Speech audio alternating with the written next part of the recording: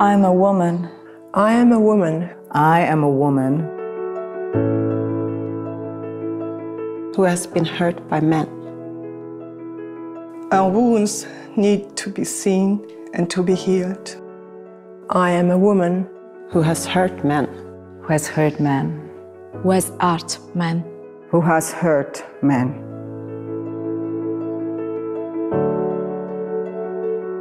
Men's wounds, too, need to be seen and to be healed. I dream of a time when we can truly empower ourselves by owning our part of the mess and bring an end to the cycle of hurting and blaming. I begin today. I begin today. I begin today. I begin today. Hello, everybody. Welcome to the Fireside Chat. This is Fireside Chat number 95. And I am joined by Karen on today's Fireside Chat because sometimes I like to double team people. But I'm also joined by our very special guests, Hanna Milling and Ilan Stephani, no relation to Gwen Stefani from No Doubt. Or Elon Musk. Or Elon Musk, that's right. Although it would be pretty cool. So what I just showed you guys was a clip from a video called From Women to Men that was doing the rounds on Twitter. That's how I found it. And it was also shared with me. And well, you two are behind this. This was your dastardly scheme. So would you tell us a little bit about the project and what it is and why did you decide to make it? So I start. To be honest, I never had the plan to make a video. So there was not first the idea of a video and then this came out. It was more years of experience in my work and privately, in my work as mediator, conflict mediator, in my work as counselor with clients, and in my private life, I learned a lot about men's wounds and the struggles men have to fight in this society too. And it was a moment where it just came out of my heart that I wanted to write this text. So in the first place, it was like a poem, a message, whatever, just something written. And I gave it to male friends. I have many friends who work with boys and who work with men, and I gave it to them and they started to cry in the moment I read it. And then it happened that I read it on a huge international conference and many people came to me and said that this wants to go out into the world. And wow. Yeah, so and then everything nearly happened by itself. It was the filmmaker came and said, we're going to make it. Many women came saying, thank you for putting that out. It's so desperately needed. I want to be part of it. And I had, in this very moment, I had read the book from Ilan that has become a bestseller in Germany. And in her book, she is writing things about men not being only aggressors and perpetrators. And I linked to it and I wrote an email. We didn't know each other. I wrote an email to her saying, we need to connect. Do you want to be part of this film video? And that's how we met, actually. Wow. Yeah. So I was invited as one of the women. And there were several shooting days for the film. And I couldn't make it for the first date. And I remember how relieved I was that I have more time in order to prepare.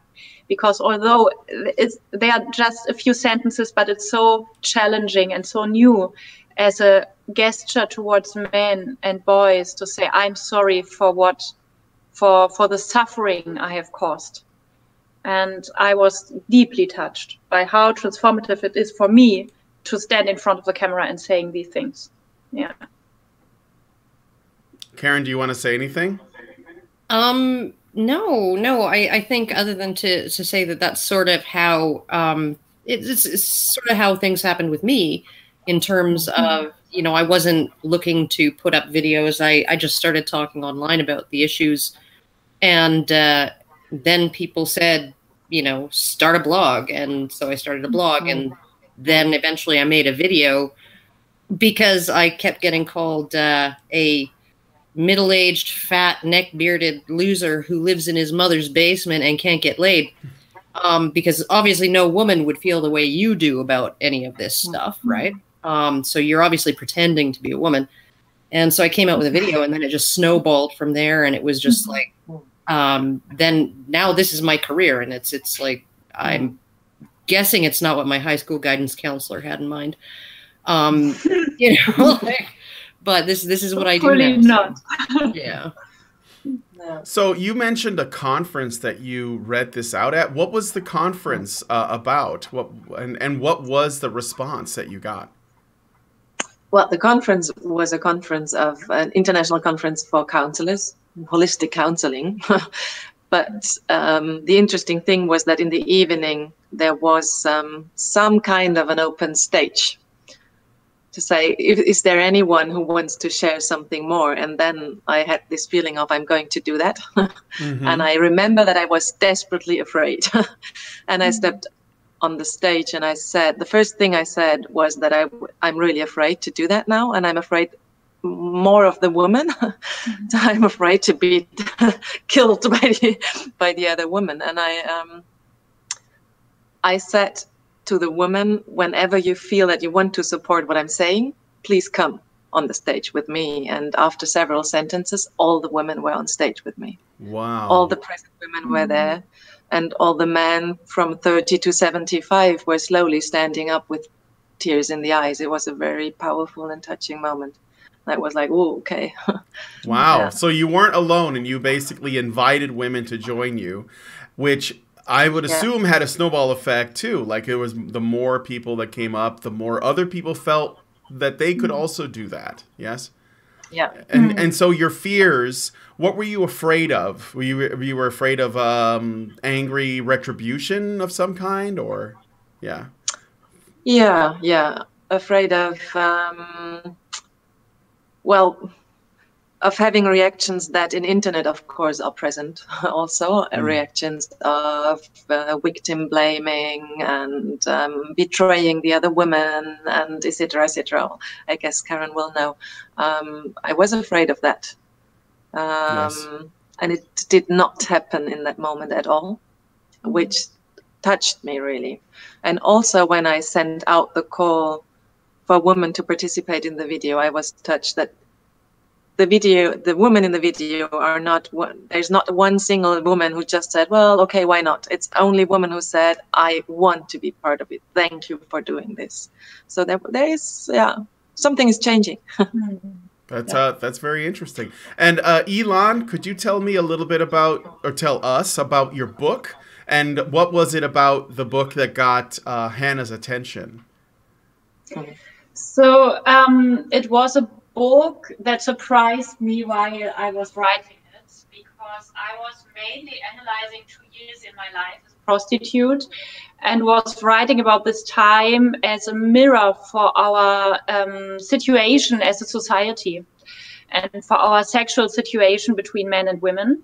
And when I was writing about men, in the beginning of writing about this male sexuality, I thought, oh, I know what I want to write. And then I wrote and wrote, and it changed, and it deepened my perspective. And then I came to pretty similar, let's say, insights, like Hanna has written in the film around, okay, men are deeply suffering and are deeply misunderstood in their male qualities and in their sexual qualities.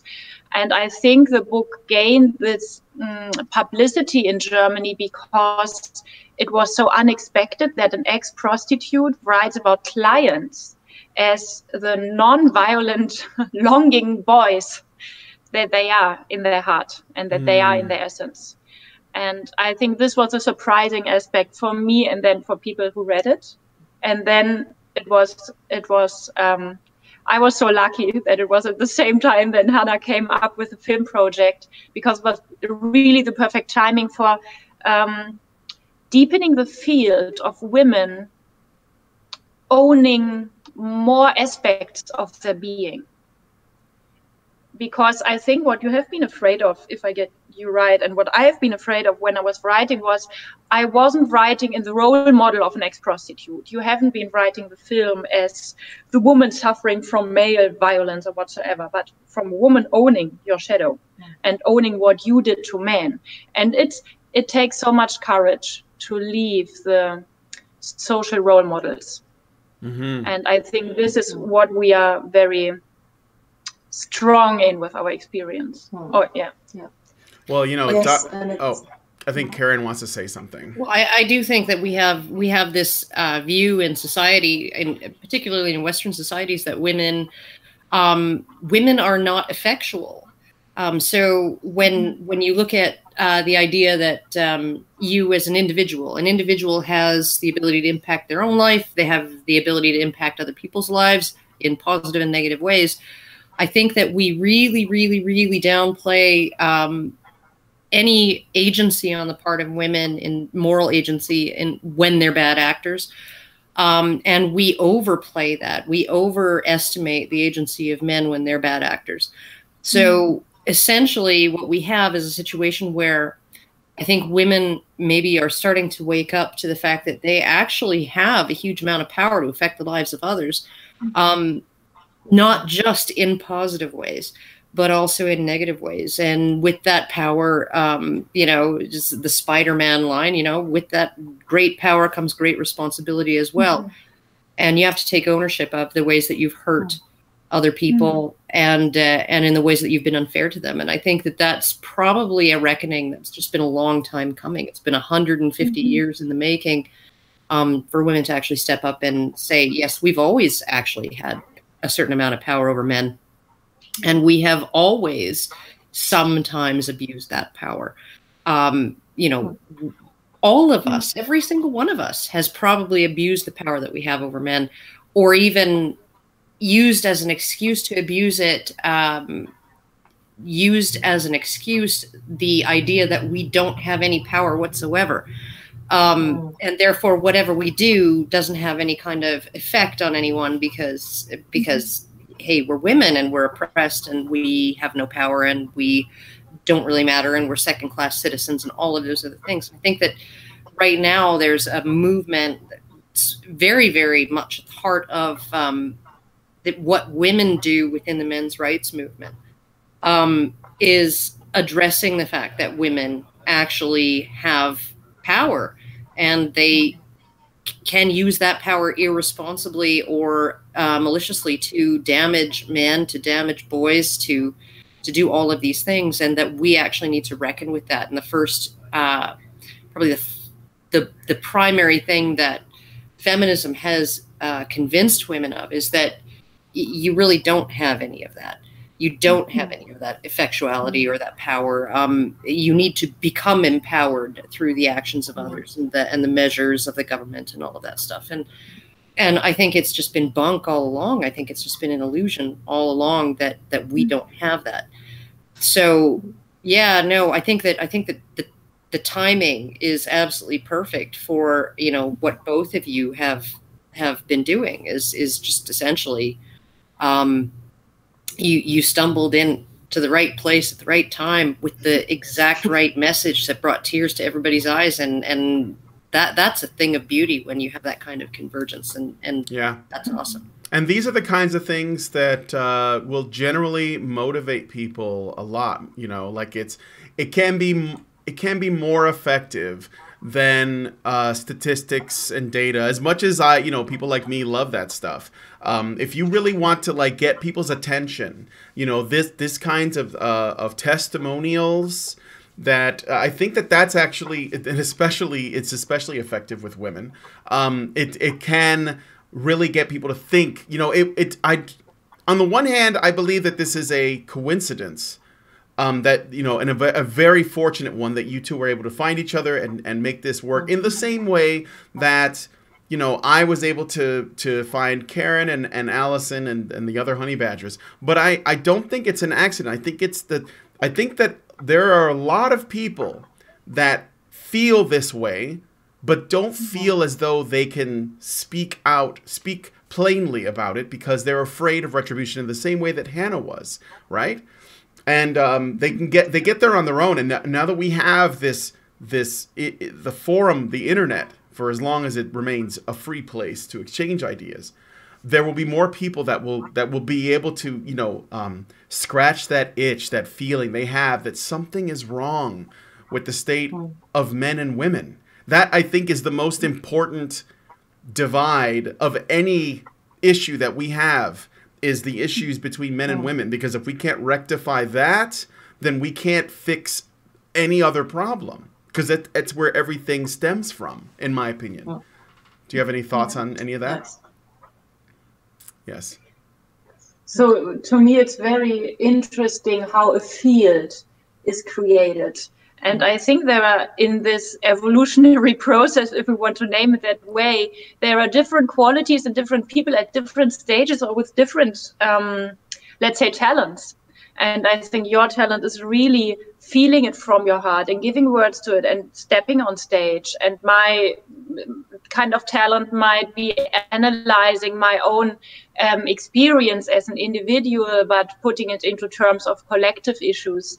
And then the field is built by different qualities. And then suddenly it's a point of no return. And then suddenly it's boom, it's here, it's in the internet, it's a global mindset, and that's what fascinates me. Yeah, and it's certainly encouraging people. I'm getting this feedback from all over the world.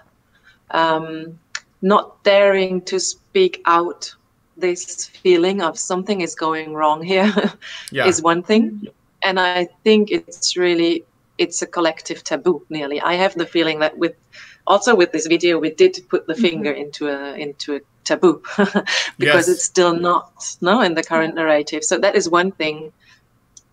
Something else that I found very interesting is that women came to me saying, well, I don't know if I'm ready for that because I'm so wounded myself.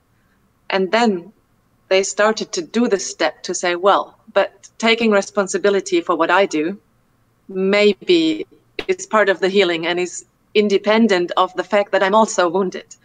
And they started to say, I'm getting this feedback, and this touches me always because that's also my truth, what I experienced. Well, I'm realizing that it's really part of the healing. And whereas before, I don't know, maybe it's conditioning of our mind that we think, as long as I'm wounded, I cannot say that I cannot take responsibility for what I also do because this is belittling my wounding. No, it's not. I'm wounded and I have played power games. I have manipulated. I have done things that are contributing to this situation we all don't want to continue to live in. So, I apologize. My dog is barking at strangers. Very welcome.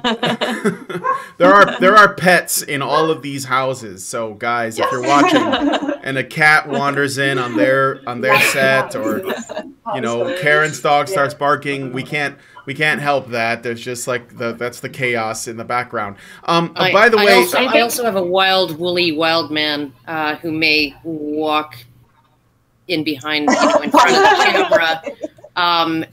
Possibly in his underpants, so please don't be offended if that happens by accident.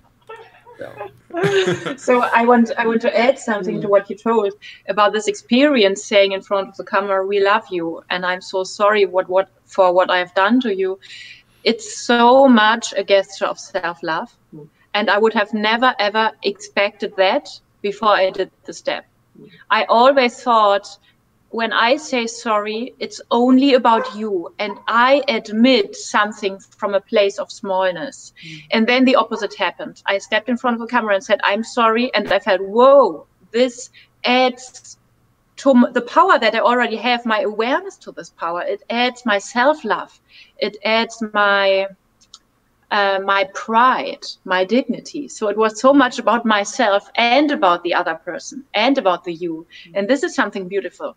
It's healing to both parties and not only to you. So this was very strong for me. Yeah, and I think it's very interesting what you said, Karen, also about our power, the power we women have. My feeling is that our conditioning, as you said, is that we don't have any power. And it's a deeply rooted belief. Huh? Women really feel and think that they don't have power. And as long as we do that, the power we actually have will act out of the shadow. Yeah. And will act out in a weird way. And this is destructive for our relationship, but it's also preventing us from just consciously connecting to a power we have, which is beautiful. Well, I want to see men that are connected with their power and women that are connected with their power in a responsible and conscious way. It's like we think that we can make this power, but we can only see that we have it or don't see that we have it, but we have it anyway, and that's so fascinating. Women have power over men anyway, if they want or not. No, I think they have to stop breathing before we came up with ideas of government and like organizing tribes, and women have had power over men. This is and men know it. They know it. Yeah. And we mostly they're okay with it.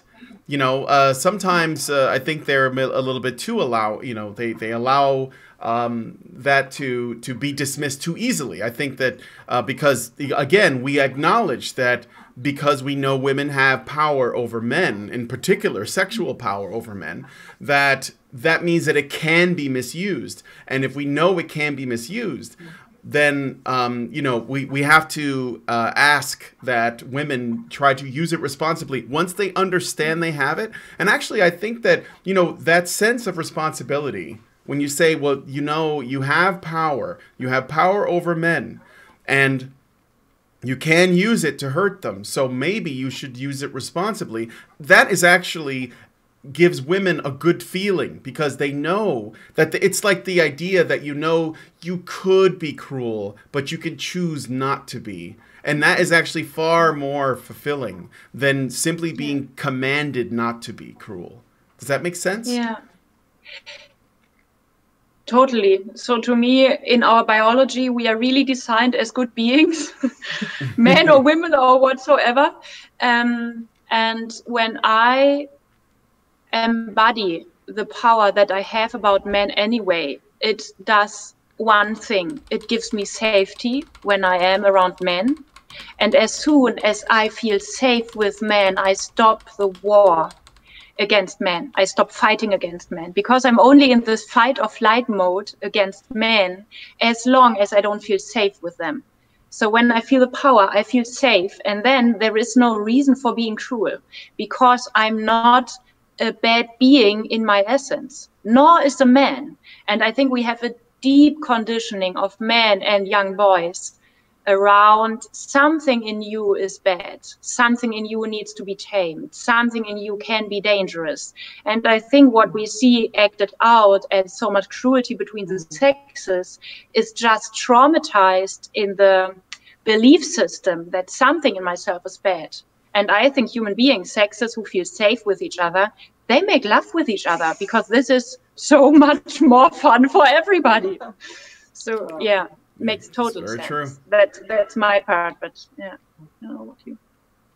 Well, I think honestly, the idea that you can't feel safe unless you feel that you have some kind of leverage that you could bring to bear if needed against another person, like that's a huge thing. And I think that idea that women have no power over men, that you even see, in some of the sort of feminist literature that only men have sexual agency, only men are sort of in charge of the sexual act, that men call all the shots. And I'm reading, a different branch of research into human sexuality, that evolutionary psychology, that essentially asserts that women control the whole dance.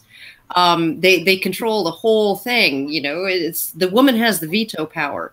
And the only way a man has veto power is if he essentially violates her consent, right? Which is a crime. So the only way a man can assert his sexuality over a woman's is if he breaks the law. But a woman is essentially, other than that, in every legal aspect, legally permissible aspect of the sexual dance, women are essentially sitting with veto power, and men are the supplicants, asking for a woman's favor. Would you please?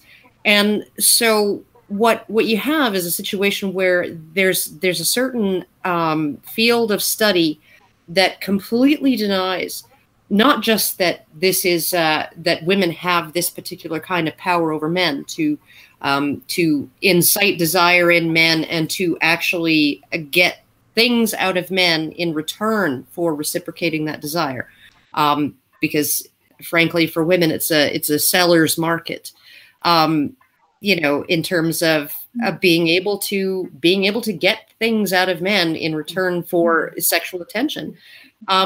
It not only denies that, it denies that there's any kind of reciprocity at all, that sex is even a two-way thing. Sex is something that men impose on women that women wouldn't otherwise want, and that empowers women not at all. It degrades them and disempowers them. So it's like, I'm actually really curious as to, has your book been translated, Ilan, into English at all, or?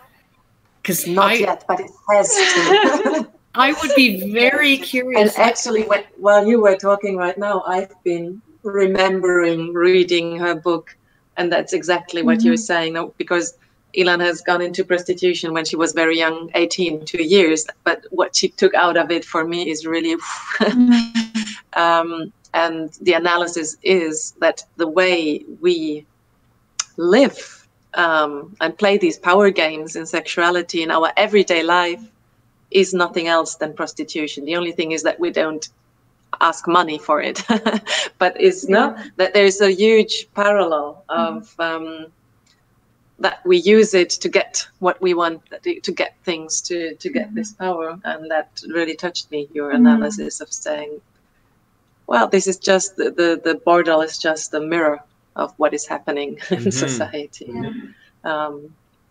It's so fascinating, these mediums or formats that make things visible. And I think your film makes things visible of male wounding and female power over men. And my book might make some things visible. And then it's not, you can't delete it. It's so fascinating that someday you see, whoa, I'm as a woman, I am a powerful being. And then you see, whoa, men are suffering so much and they are longing for reaching the woman so much. And they somehow stopped hoping to someday get there, but they can't stop looking for it because it's so deeply in their essence. I want to reach you. I want to make you happy. And seeing these things. And then it's a point of no return. And then you see it. And then you say, oh, holy shit, the mess is a bit bigger than expected. Yeah, you can't on good days. On good days, it's refreshing, uplifting. On other days, it's like, oh boy. It's overwhelming. Yeah.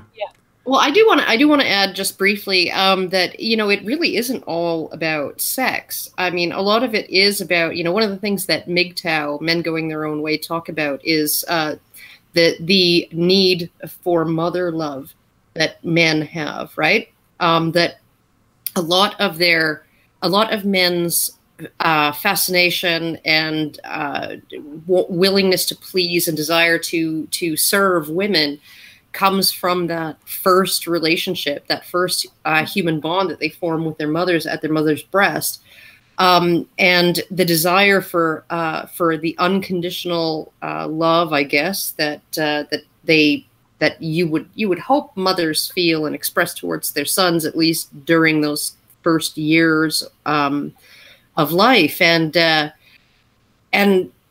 I think that's another power that women really need to acknowledge that they have, because when you are, your voice is the voice they heard through the wall of the uterus, and your breast is the breast that they take nourishment from, and your arms are the arms that comfort them when they're cold or scared or hungry or upset or hurt, and all of those things. And when you abrogate that responsibility, that's when you actually have real horrible things happening with boys and growing into men who are well, you don't want them around. You know, one of the things that I found really interesting about, there's a Netflix series called Mindhunter. And it's actually about the very first FBI criminal profilers, so psychological profilers of serial killers, just around in the 60s or 70s, around the time when they came up with the term serial killer. Previously, they'd always referred to them as spree killers. And informing these two psychological experts, I guess, these profilers, who were the first of their kind, was informing them were interviews with a guy named Edmund Kemper. And one of the things that he said to them, because he's very helpful, he wanted to cooperate and all of that. He was serving a life sentence, never going to get out of prison, did horrible things, right? Seemed to be a very polite guy. But he essentially said one of the people that he killed was his mother. And then he killed other women, sort of reenacting that incident. He said one of the most horrible things a woman can do is disparage her son, right? And constantly disparage her son. So I think that when I look at that power that mothers have to shape healthy young men, or to choose to abdicate that responsibility and say, you know, this is, we're in a gender war here, and so I'm going to teach him that he's a potential rapist, and I'm going to teach him that he's all of these bad things, and I'm going to teach him that his sexual urges are degenerate and horrible, and I'm going to teach him that, you know, he should never hit a girl even if she hits him first, and I'm going to teach him all of these things about himself because, you know, I really, really, really, really, really feel sorry for the sons of radical feminists. I really do. And I think that we need to acknowledge that power that we have, including the power of sending a child's father away and cutting off access, which women have the power to do in most Western countries as well, right? Mm-hmm. Deprive your child of a loving parent for no reason other than you just don't want to deal with it. So... just a word to people watching. If any of you guys want to ask Hanna or Ilan any questions, send us a super chat with your questions. So I just got one from The Great Indoors, 1979, who gives us 50 euros. Thank you, Great Indoors. He says, too ill to think of a question. Here's my birthday money to Honey Badger Radio to keep these discussions alive. Also, to hell with the MSM and death to the EU. He has strong the European Union. We didn't get it. Okay. That's not what we're here to talk about, but thank you for the donation. MSM meaning mainstream media. So yes, okay. he has strong feelings. you don't thank you. You don't have to share. You don't have to share if you don't want to. I have the belief that at some point 100 years from now, people are going to be celebrating Junker Day in the manner in which they celebrate Guy Fawkes Day. So burning effigies and all kinds of things. So. But I want to go back to this. I actually have another question for Ilan. You said that you spent 2 years living as a prostitute or working as a prostitute in Germany, right? And this is the thing that you were writing about, where you found yourself so compassionate towards men. And the thing I find that is fascinating about that is, okay, so there's this thing that people have been talking about a lot in the news lately. Although this is not a new problem, this has existed for time immemorial. It's about incels. Are you familiar with this term, incel, at all? No. Okay, so this might be a thing that was only mainly talked about in the United States, in Canada, and maybe the UK. Incel is short for involuntary celibate. It is a man who is, I mean, there are female incels, but by and large, they're men, most like 99%. Yes. It is a man who is has not been able to find the love of a woman. Now, it's framed often as men who are virgins that go into middle age and they can't, you know, find anyone, and they're deprived of a woman's touch, right? So there were a couple of instances of these men who people are describing as incels, who have committed acts of mass murder. There was a man named Elliot Rodger several years ago who he wanted to kill women. He ended up killing more men than women, though. And then he suicided himself because that was his plan from the beginning, probably. And then more recently, there's a man named Alex Minassian who there was a screenshot of him making a comment about it was related to him being an incel, even though there's no actual evidence that this was the motivation for the crime he committed. But he then later took a truck and ran over several people in Toronto. So he committed this act of terrible act of mass murder. And he attempted to actually get himself killed via suicide by cop by pointing a stapler at a police officer, hoping it would be mistaken for a gun. Fortunately, the Toronto police just took him into custody and he was not murdered or killed over this. So this has become a conversation in the mainstream media on various talk shows and news outlets, and political pundits have come out, and they've essentially made the statement that incels hate women, that they are very dangerous people, that this is a facet of toxic masculinity, and so on. But I have always made the argument in sexual defense. Entitlement. Yeah, that's right. They're entitled to women's bodies. Yeah. Yes. But I've always made the case that incels are just men who they don't necessarily want sex.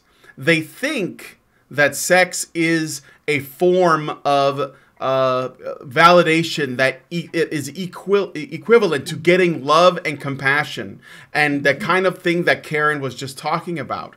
So I was wondering, since you had worked as a prostitute and then you wrote this book, what were your experiences with men that what kind of clients, I guess, did you have, or what kind of experience did you have with men that led you to think, that you wanted to talk about this in this way? And am I at all close to the mark on what I think, men who are sexually deprived, what they're really looking for? And does it have anything to do with entitlements? And then after that, I'll read a couple super chats that went through. But and you know what, Hannah, if you want to say a few things on this too, I'd love to get your feedback. So I cede you the floor, ladies.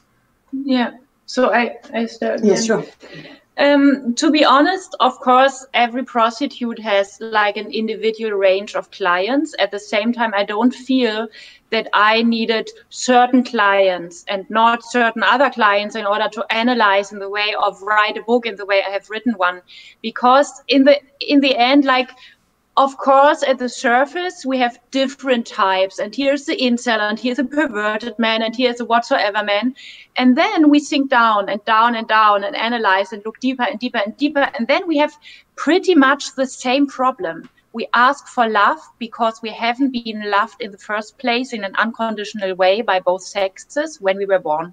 Yep. And this is not because we are boys or girls, but because we are humans and because we are mammals. And then we act out in sex, and we act out with prostitutes and with wives and without wives, and in every other aspect of our life, the same basic drama. And I would quote what you said, Karen, about this is not about sex. So true. And I think to some extent, sex even doesn't exist. I use prostitution as a portal, as a gateway to a bigger picture that is not about sex and money, but about people asking for love and being already hurt and being already afraid of the answer. And sex is the same thing. I would say there is no sex. Everything is sex and nothing is sex. What we call sex is a drama place or healing place for the dynamics that, for example, your film is about. And so to some extent, it doesn't make sense to me to talk about specific types of clients, because what I perceived independently from the individual clients I had sex with, yes, they wanted an orgasm, but what they preferred so much more is reaching me. Yes. In a true place of true intimacy that isn't bought. And men are so desperate in this society that they even pay and manage to put away that they paid for it, because they are longing so much for the illusion and making the illusion real that they make the harder job than the prostitute. Yeah. To some extent. I as long agree. As the prostitute isn't forced. Yeah, I agree 1,000%. My... I think that even the men that people think are the, like you said, the perverted man, the really degenerate man, it's like but you look past all those layers and they all want the same thing. They just want to be close to someone else. That's what they want. They want the closeness. So skin to skin with a woman. Yep. Right.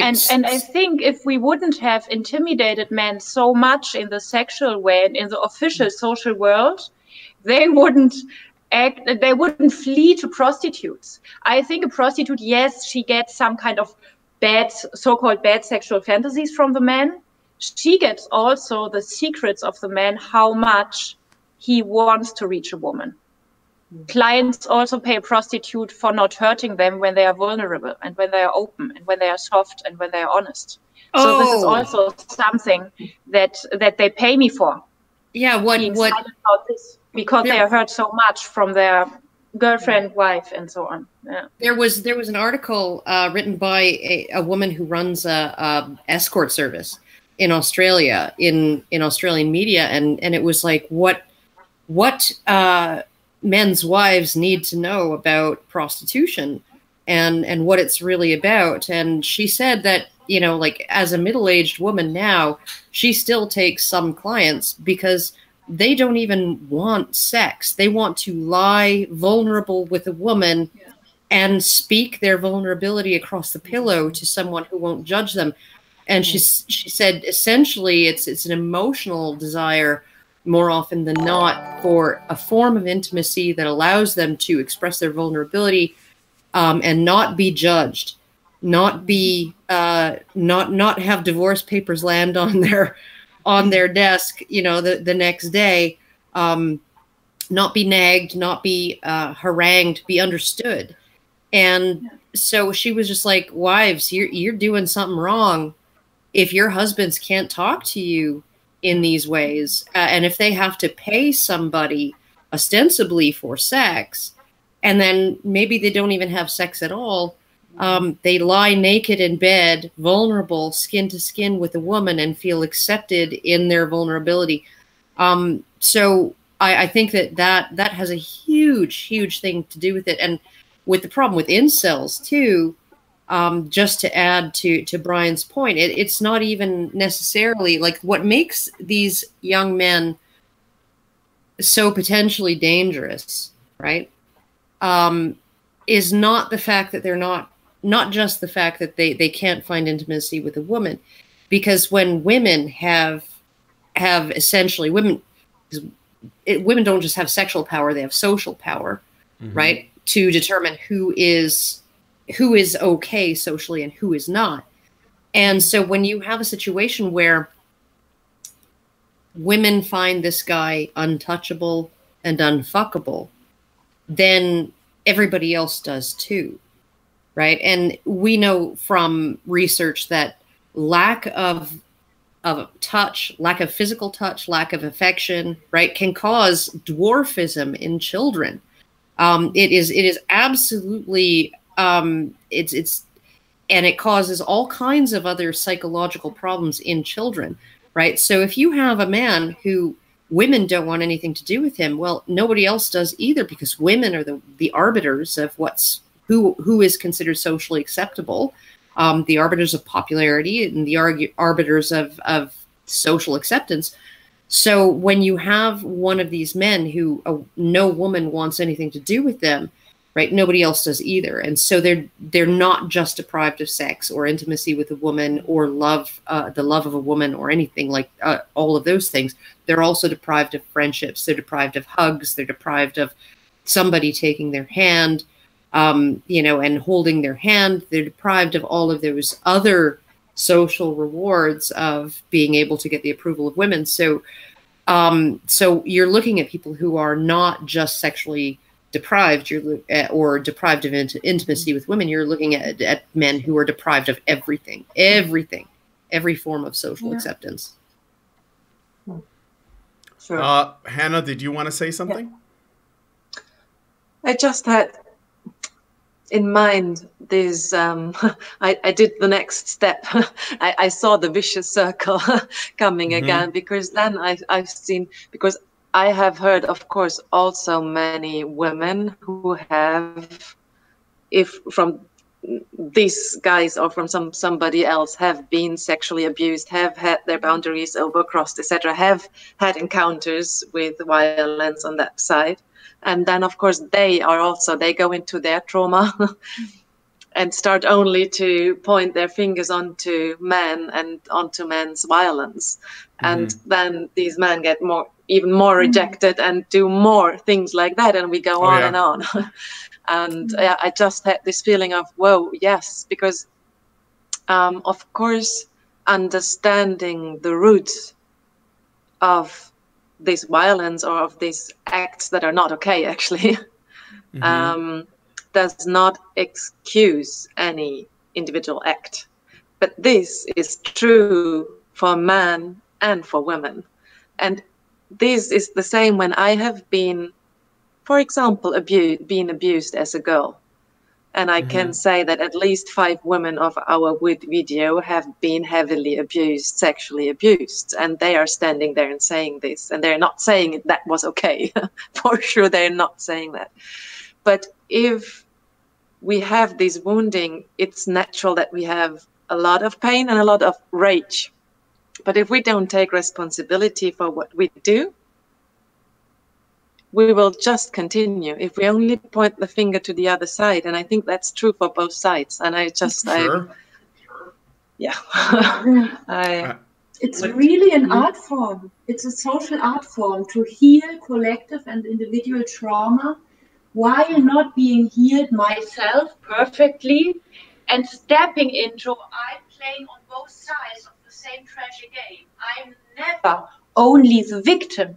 I'm also, I'm like branded. I don't know if this is the right term, but I'm somehow I'm imprinted by victim and perpetrator. And it's so fascinating working on both sides. And it's really an art form. And it's so, I think it's so important to, you know, of course, the video gets also the reactions. Oh, now you say we women are even guilty for being raped and abused, and it's our fault. No, it's not. There's this misunderstanding that comes out of the collective narrative of there is always either perpetrator or aggressor or victim, and this is just never true. No, so it's say, wait a minute, rape and abuse and everything of this is never okay, and let's take responsibility for what we are doing, what we are feeding into society, what are we doing to create all of this is so important. Yeah, I think that the victim blaming narrative that gets put out there, that's by design, because it's supposed to activate, you know, that when one of the things that I thought was, and then I got to read the super chats because people have bothered me to read them. We have a few. One of the things that stood out for me too about your video is in the beginning, it starts by saying, I am a woman that has been hurt by a man. So it is to start by saying, yes, I have been the victim of pain at the hands of men, but I have also contributed to this. You know, I have also been a part of this. And I think, too, you can have both of those things at the same time in the same way that a man can. It's about acknowledging that you have a part to play. You know, they say it takes 2 to tango. For example, in cases of domestic violence, when people think of domestic violence, the image that everyone has is a man standing over a battered woman. And the truth is far more even than that, that in most cases, both partners are violent people that happen to find each other, which makes sense because, you know, a certain kind of person is going to attract a certain kind of person. In most cases, this is how it works. And There's also data that shows that in cases where both parties are violent, or when the woman is violent, they initiate the violence more often than the man does, even though the man is capable of more pain, at least from physically. But usually women compensate with, weapons, or they use poisons, or they drug them, or whatever. So this is to say that domestic violence is not a woman's issue, even though it's treated as one. It is simply a human issue that everyone, and especially children, have to deal with, especially if they're a part of that. So I really, I like that you started from, it's like knowing that a woman or man can be the victim of something, but also look inwards to see, well, what did I do to make this problem worse, or add to this problem, or even start this problem? Because when, if a partner hits another partner, if someone hits their partner, that doesn't usually come from nowhere. Even if the escalation of violence might be initiated on that part, you have to look at, okay, well, what led to this point? And that's all you're asking. That's not victim blaming. That's not saying that women don't have a part to play. It's so important to see the difference between when I say, oh, wait, okay, I take responsibility and I can see and I own that I did something. This is not saying it's all my fault. No. And this is always the misunderstanding. It's saying, no, like always, it's not only one person's fault. And it's for sure not only my fault, but I can say, oh, I played a part in it. And for me, it has to do with replacing the concept of guilt, whose fault is it, who is guilty, with responsibility. Simply, it's not about guilt. It's about taking responsibility and owning the own part. Okay, I just want to tell the audience, because people are asking where you guys are from. I didn't say this in the beginning. So I'm talking to them in Sweden right now. So we can make something up. So it's, this is, we're talking to them from Mars, and it's actually quite a good internet connection, considering that. It's the same time zone, it's easy. But no, they're in Sweden, Mars, same difference. And they're,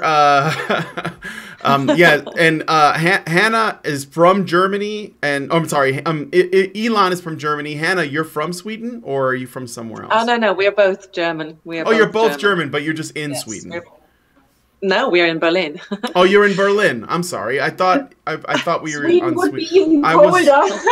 But I was video, really wrong. The women participating in the video really come from all over the places, and there's also women from Sweden. But there's also women from South Africa, from Australia, from the States, from New York, from all the places. Okay. All right. So now I got to read the super chats.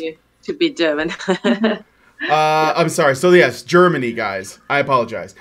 French Honey Badger gives us $5 and says, nobody will remember Jean-Claude Juncker, as barely anyone could tell you who he is. I didn't know who he was. Lord of Swarm gives us $5 and says, chances are she has gotten a lot of girlfriend experience clients. Am I wrong? This is for Ilan. Girlfriend experience clients, like clients that basically want to say they paid you and they said, I want the girlfriend experience. I want to feel like I'm dating someone. Does that make sense? So yes and no. I could say that my individual type attracts more of this kind of superficial intention or setting. But in the depth, again, it's not about this type of client and not this type of client. In the end, it's about the underlying motive. And there I don't see any difference in why men buy a woman. I think what you named, Karen, is so beautiful about men wanting to feel safe with a woman. And they might feel safer with a prostitute than with their wife. And then something in the whole dynamic is working wrong. And I think how it looks like in the surface is not that relevant. So I don't think that I would have written another book or would have another opinion when I would have had other experiences in sex, in paid sex. Okay. Thank you for that. And Voltaire's Puppet gives us pounds. I'm sorry. £5 and says, interesting guests. I hope they have good luck with their book.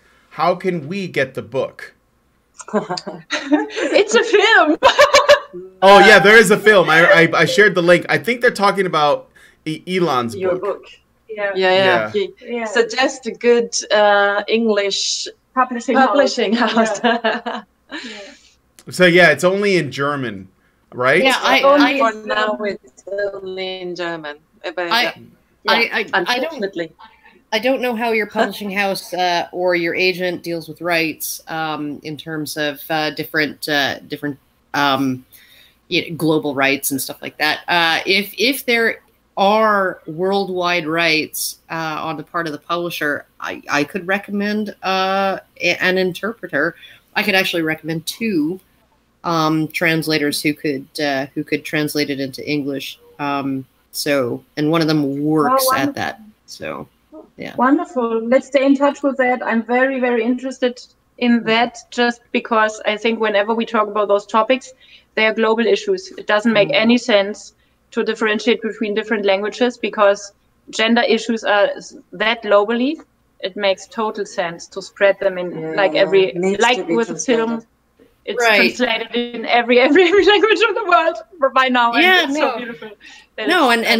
Publishing is a mess right now in terms of distribution of rights. Traditional publishing still parcels up the globe, and waits for a publisher in England or in Canada or whatever to purchase the rights to translate and distribute that book, and it just adds multiple layers of complication and annoyance, and multiple middlemen demanding money, and multiple barriers between people being able to get the book. Even German speakers in Canada probably wouldn't be able to get a copy of your book, which is very frustrating, unless somebody in Germany bought it and mailed it to them. So yeah, it's very, very frustrating. But yeah, if you want a translator, I could probably recommend you one to translate it into English. So would be wonderful.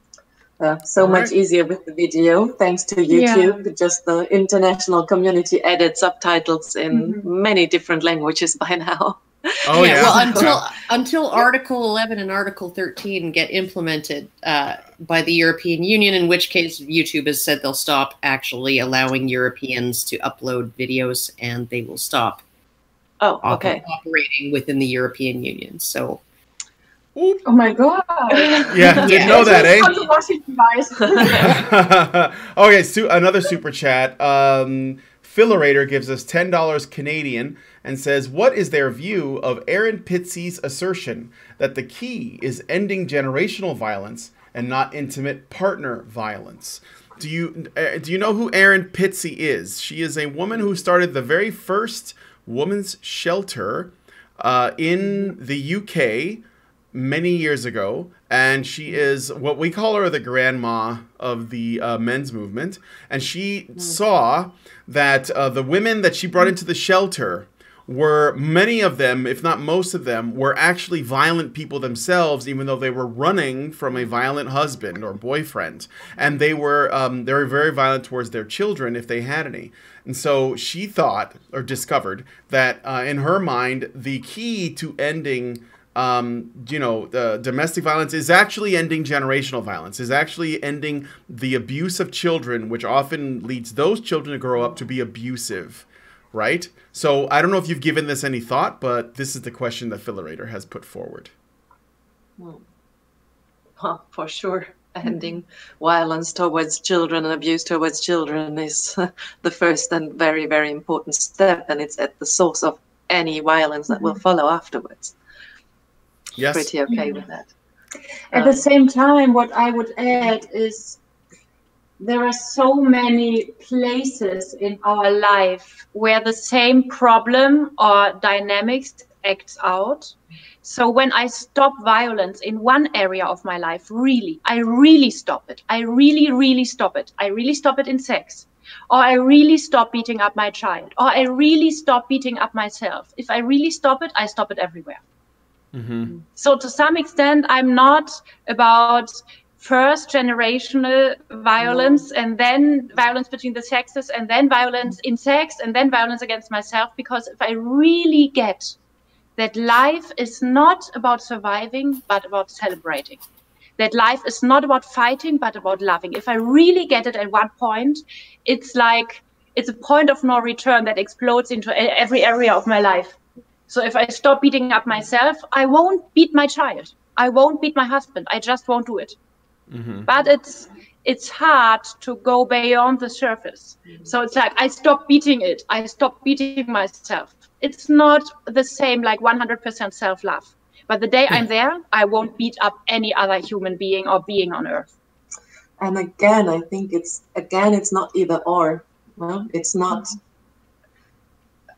either we take also care for women who have been badly beaten or whatever, that they have a place where they go, or we see that they might be also violent and we have to care for the children. It's and both. Yeah. And I think I just remembered I've worked as a mediator, as a conflict mediator in women's shelters, and actually there is a lot of violence. There is a lot of violence. I've seen it too, and yet I think it's not either or. It's both. We have to deal with that. We have to look at it. We have to stop negating it. To stop saying men are the only violent creature on this earth. And of course, it's good that there are places where also women can go, but it would be good to have places where men can go too, and to care for the children. Yeah. And there are already places in Germany where men can go, but very, very few. But it no comes one up knows because about they it. are victims of domestic violence as well. Yeah. Well, what I find most interesting about that sort of the cultural attitude is, you know, oh God, it was back in the 1990s. I think it was in the US, there was a study that interviewed men who had been convicted of rape, right? And something like 65% of them reported that they had been sexually abused by a woman during childhood or early adolescence, right? So just entering puberty. And that research has really not been followed up on.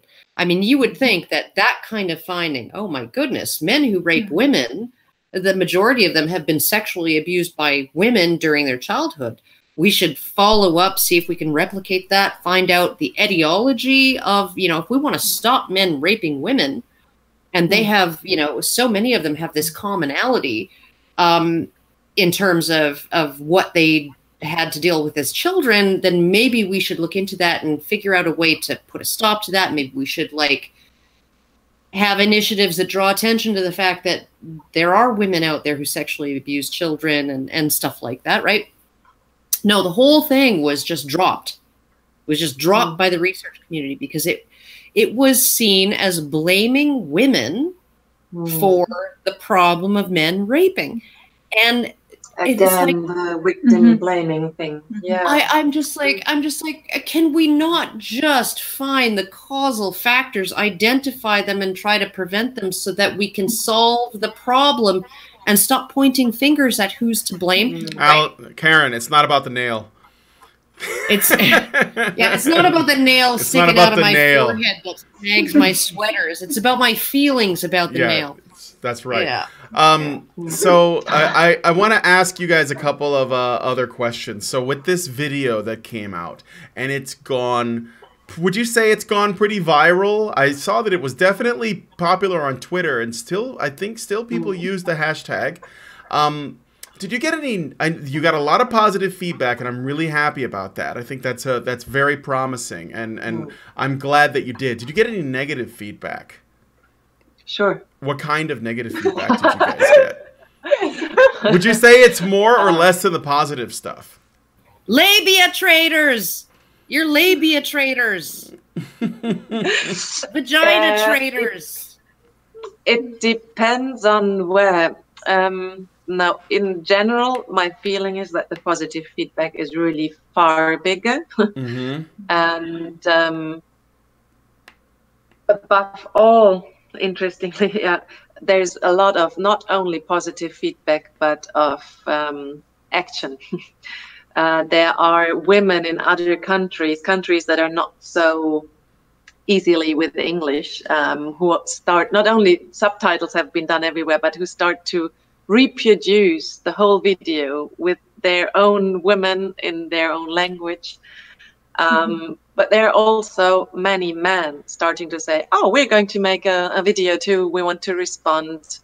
They are starting to connect from all over the world. So there is a lot of, it's not only words, there's a lot happening on the positive side. So that makes me really happy. That's great. The negative feedback is hardly ever personal emails or something longer. The negative feedback is basically YouTube, the quickly thrown. And there it's interesting because it comes from both sides. Sure. You mean, when you say both sides, you mean men and women? Men and women. And I would say basically extreme feminists and extreme men going their own way. Yes. Who say, sorry, ladies, too little, too late. We will never trust you again anyway, from that side. And women who say, shame on you, this is victim blaming. Right. This is the main, is it our fault to have been raped now? The two. And for me, the interesting thing is that I see something in common on both sides. I see very deep wounds, and a lot of rage that I do understand when I just imagine what they have experienced in their childhood as men, as women. And I see them remaining in a victim's place, pointing the finger to the other side. So the extreme feminists are doing it. We can't own anything. We can't say, okay, because it's all, as long as men rape and abuse women, it's only about pointing the finger to them and making them guilty. But for some of the men going their own way, comments to me feel nearly the same on the other side. So when saying sorry, too little, too late, this is just whatever, is also, okay, I have decided to be victim and now I remain victim and point my finger. I will never trust you anyway is also making out of all women the bad ones. No? So I see it on both sides. Yeah, I think you'll find that with extreme MGTOW, that there will be a lot of that kind of sentiment. I do want to say that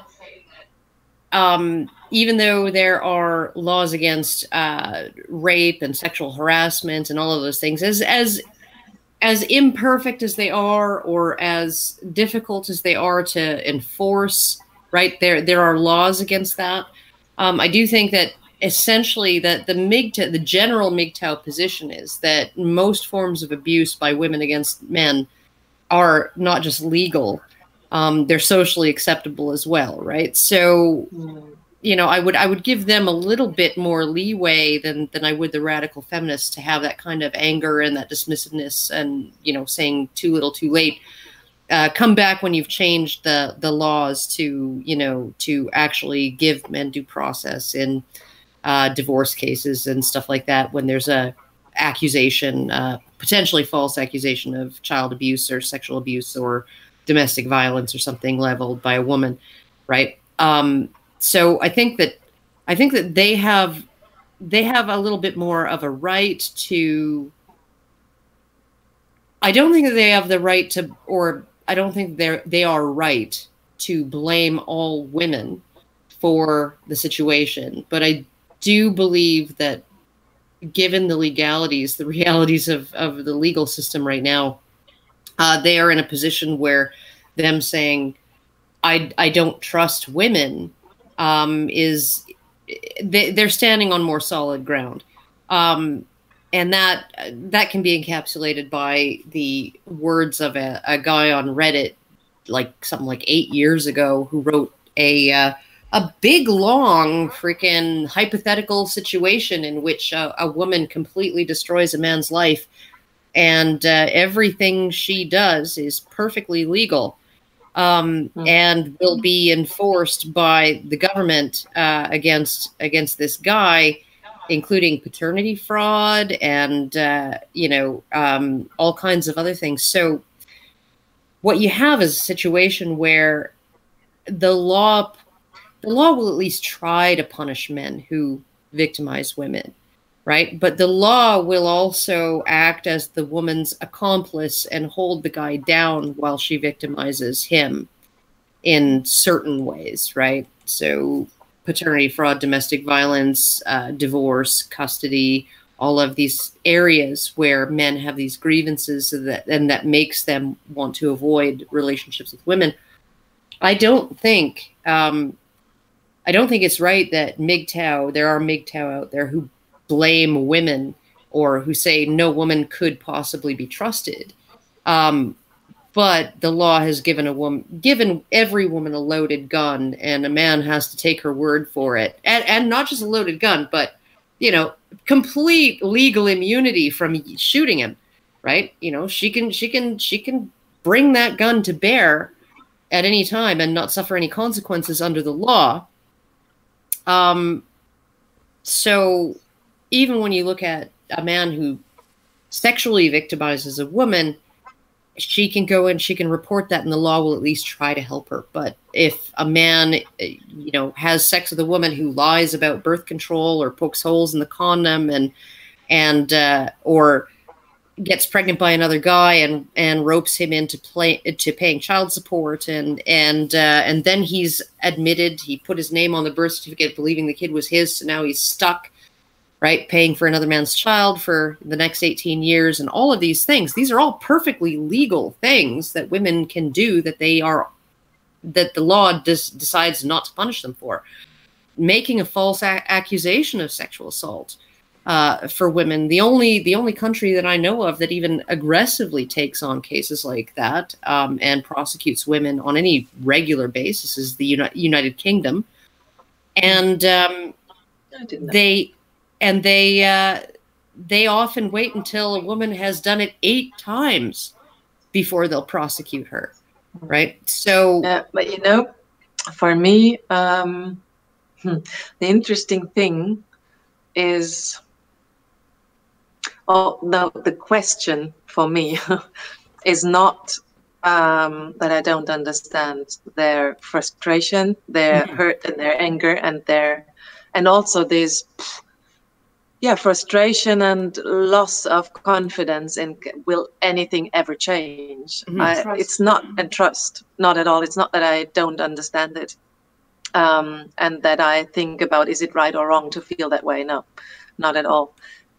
But for me, it's interesting to ask the question, what can we do to make it change?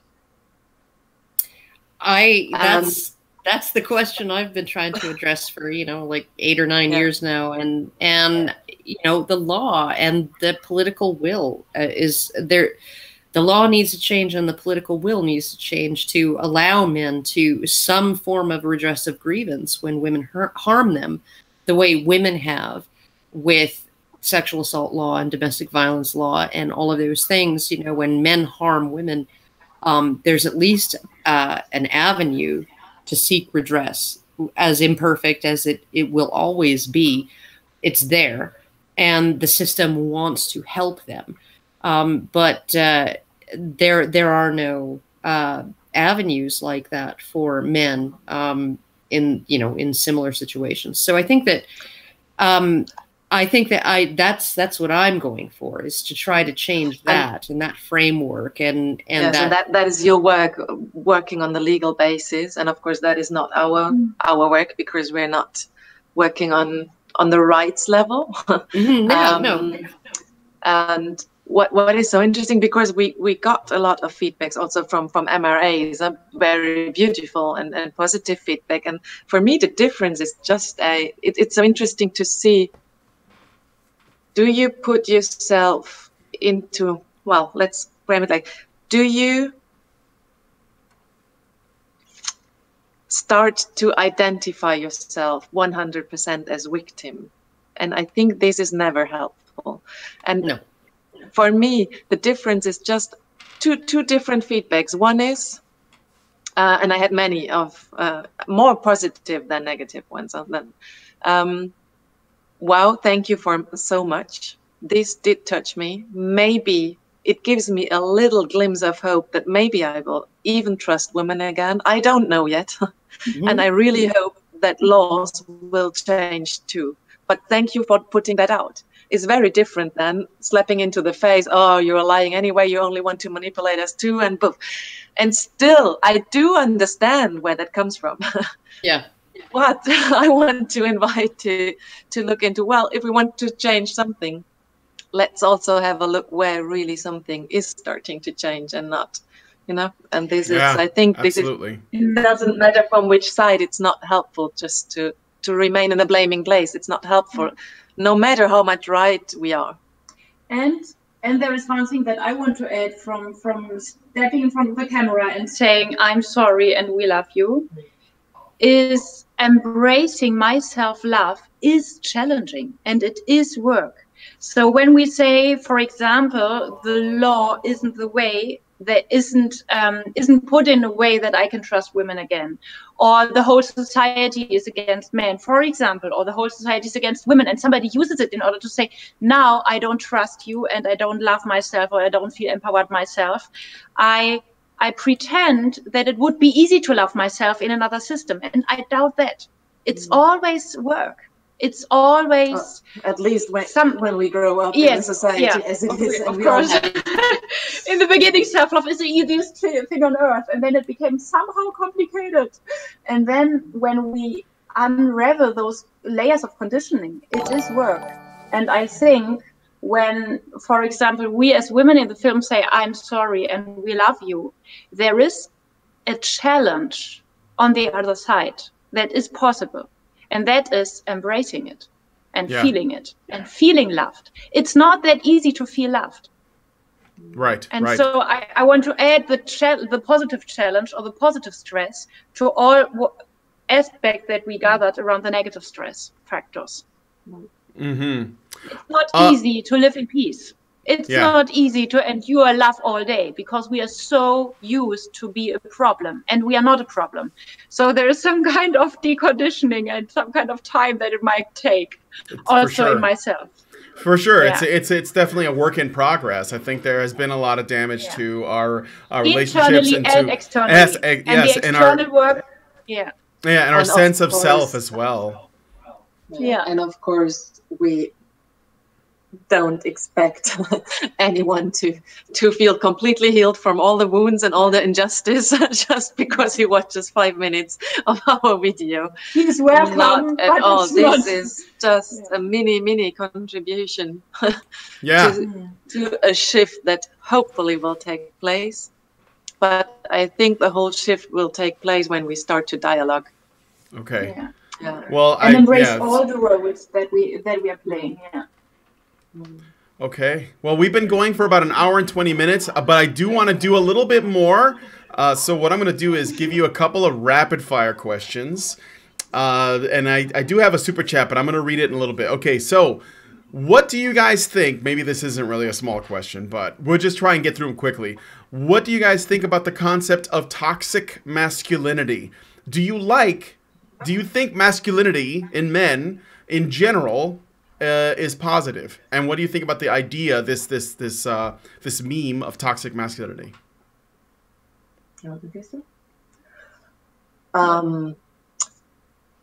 I think the way it is used in the public discourse in society, etc., it has become something really bad because every boy grows up with the term of toxic masculinity. What is that? I think what we see as toxic behavior that can come from man, whatever it is, violence, abuse, has nothing to do with masculinity. This is not masculinity. This is not crowded. And there is so much beauty in masculinity, and it's so much needed on this planet, as much as the feminine side. We just need both. So, of course, you can name some toxic masculinity, toxic femininity, then we have to talk about toxic femininity. All we do, our manipulation games and power games, is toxic femininity. Or we just talk about toxic behavior and leave that out. I think it's not helpful. There's no point in gendering it if it's something that everyone has the capacity to do, right? There's a dark side in everybody. It's all a matter of whether or not we feed it. It doesn't have anything to do with male or female. This is basically what we're saying. Yeah. Right. Yeah. Okay. Another question. What are your personal relationships like, and have they changed since you've made this video?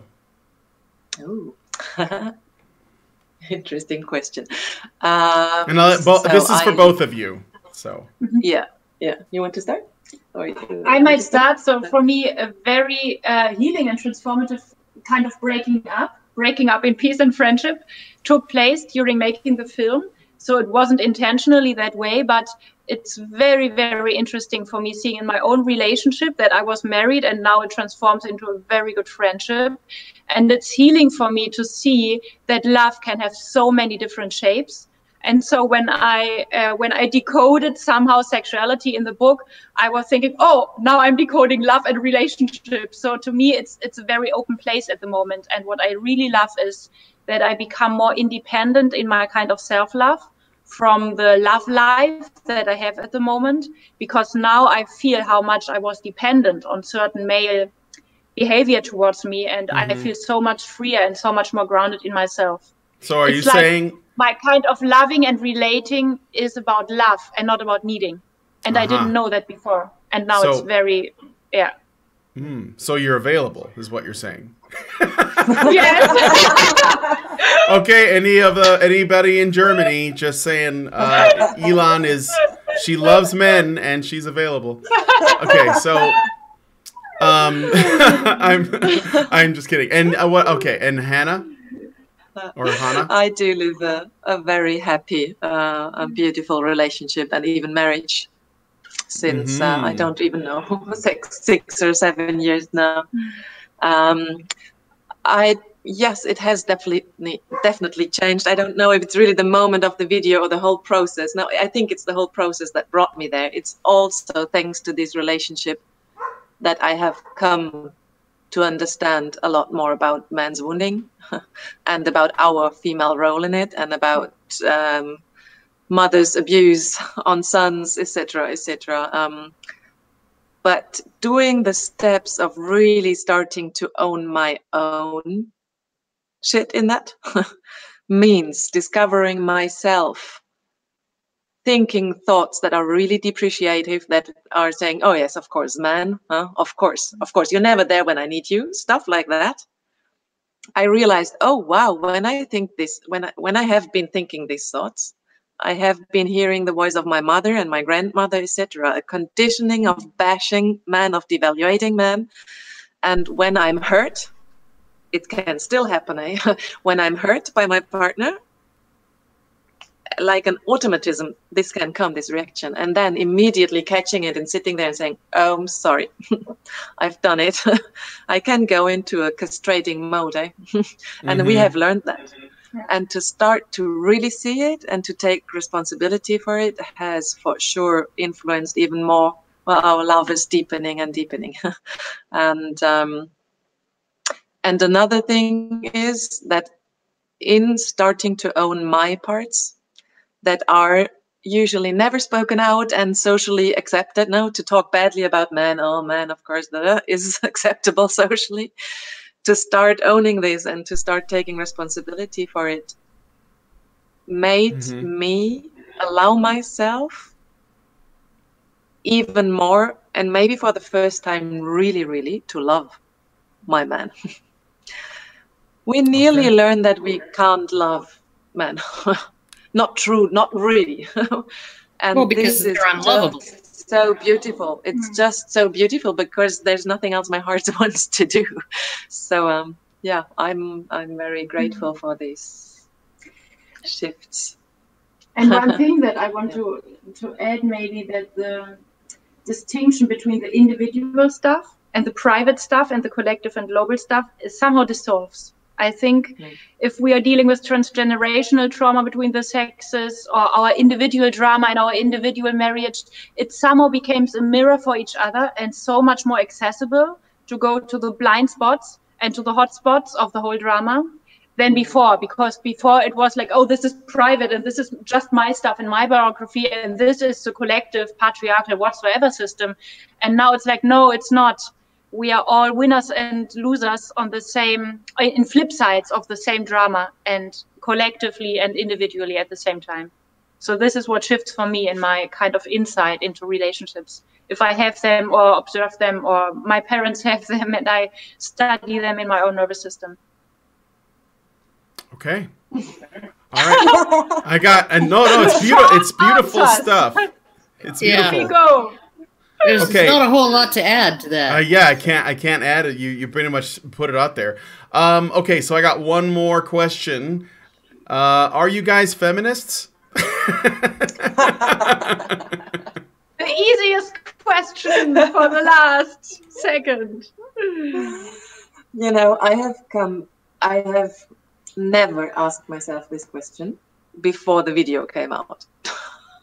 Really? That everybody wants to know. Just not bothering me. But so what is a feminist? I don't even know if the definition in the US and in Europe is the same. I think even in different that's a whole other video. Differently, it's very we'd difficult to say. Yeah, we'd have to meet back up and talk about it, because that's too big.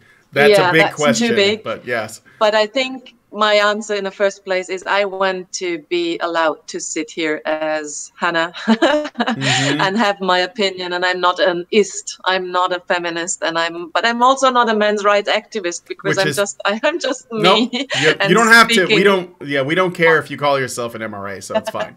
Yeah. So I think that's basically. But yeah, another hour's talk. Another hour's talk, and also like another kind of question: what's my motive for call myself that way or not call myself that way? Because very often we give our same names or say I depend on a certain scene or word or whatsoever because we are afraid. And fear is not a good motive to be a feminist or not a feminist. And I know I have wonderful conversations with feminists, and I have horrific conversations with feminists. Feminists are the first ones who really said, we hate Ilan Stephani's book. And feminists added so many beautiful aspects to what I've written. So there's something around what do we mean by this word? But to me personally, what I love about feminism is I was brought up at school and felt deeply numb in my feelings and deeply numb in my spirit and passion for life. And feminists were the first human beings on earth that really touched me with, we are furious. We want to change something. We want to change the system. So I love feminists of the last generations for having this kind of power and working for social change. And now the content of social change might have changed, or my thesis might differentiate from feminist theories, but I love people who want to change something, because I think this is a great, it can have so much love instead of fight. Yeah, and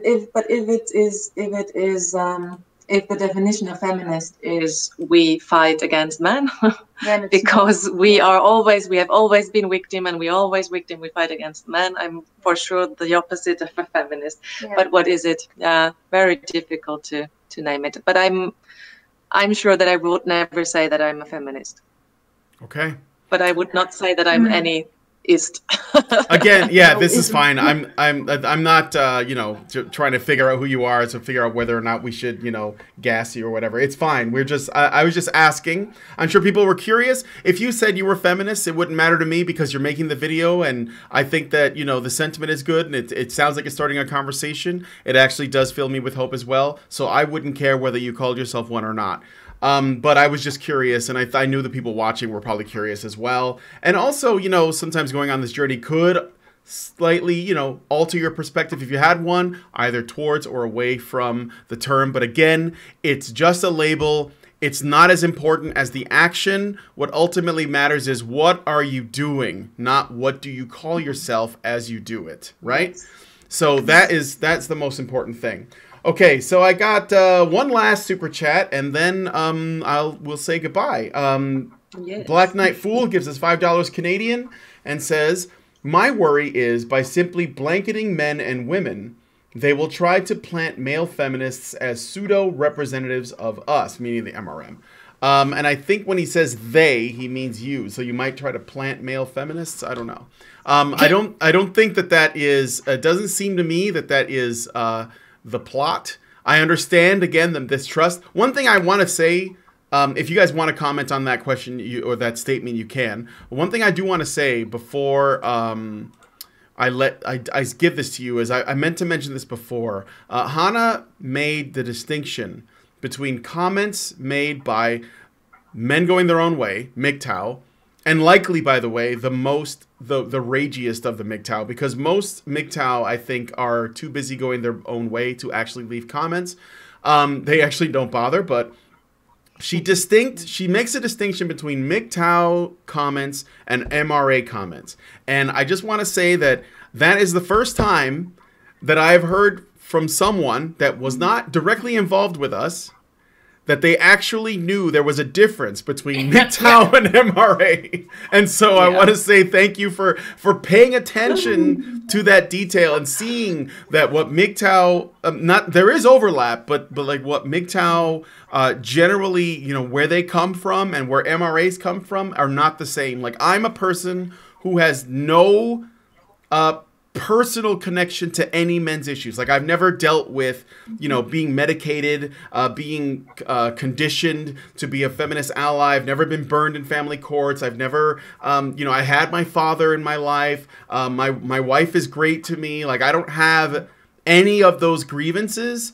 I'm not circumcised. You know, we can go down the list. I've been protected from all of that. But I acknowledge and see injustice. And I don't have to be, it doesn't have to be a personal stake for me to care about it. And so I don't come at this as, you know, from a place of anger or pain, because I don't have any of that. You know, I just see it as, well, there's something wrong here. And it's not just affecting men, but by extension, it affects women too. Because if one gender loses, we all lose, right? Yeah, and children too. Yeah, and children too, right? Yeah. So I guess I just want to say thank you for paying attention and knowing the difference between an MRA and a MGTOW. And again, not to cast the, you know, I'm not throwing shade at MGTOW because I understand where they're coming from. I really do. And but I think that, you know, just paying attention to what we are doing versus what they are doing and where the differences are at is important, because it means that you're not misrepresenting us either, you know, at us or even in your own mind. So this is, you know, something I want to say. So anyway, if you want to comment on anything, I'll give you the last word, ladies. Oh, last word for you, Hanna. I really loved what you just said, that we are somehow, when one gender loses, the other loses too. We are all losers. And that's a little bit the feeling I have from all the years of history where gender relations have gone, that we are somehow all losers. And it's not only man, it's not only woman, we are all losers, because if one loses, the other has to lose too. And I really want us to make a shift and to start a new dialogue to see how we can all become winners. All right. Wow. Well, I guess I just want to say thank you two so much for coming on. I'm glad we were able to work this out finally. Did you enjoy your talk with us? And if I wanted to get you back on to talk about other things, would you be interested? I did enjoy to talk with you and to meet you. Thank you very much for inviting us. Thank you. Thank you. Okay. Yeah. All right, then I want to, again, thanks for coming on this episode of the Fireside Chat. Thank you, Karen, for hanging out with us. You know, as always, Thank you, Karen. Thank you. Yes, as always, you bring a lot to the conversation. And thank you guys for joining us on the show. Please subscribe to the channel and leave us a comment. Tell us what you think about this discussion. And if you have any questions for Hanna or Ilan, just put them in there, and I'll give these these nice young ladies the link so they can look at the stuff themselves. So thanks again for joining us on this episode of the Fireside Chat. Both of you guys have a lovely, lovely rest of your evening. And to you that are watching, have a great day.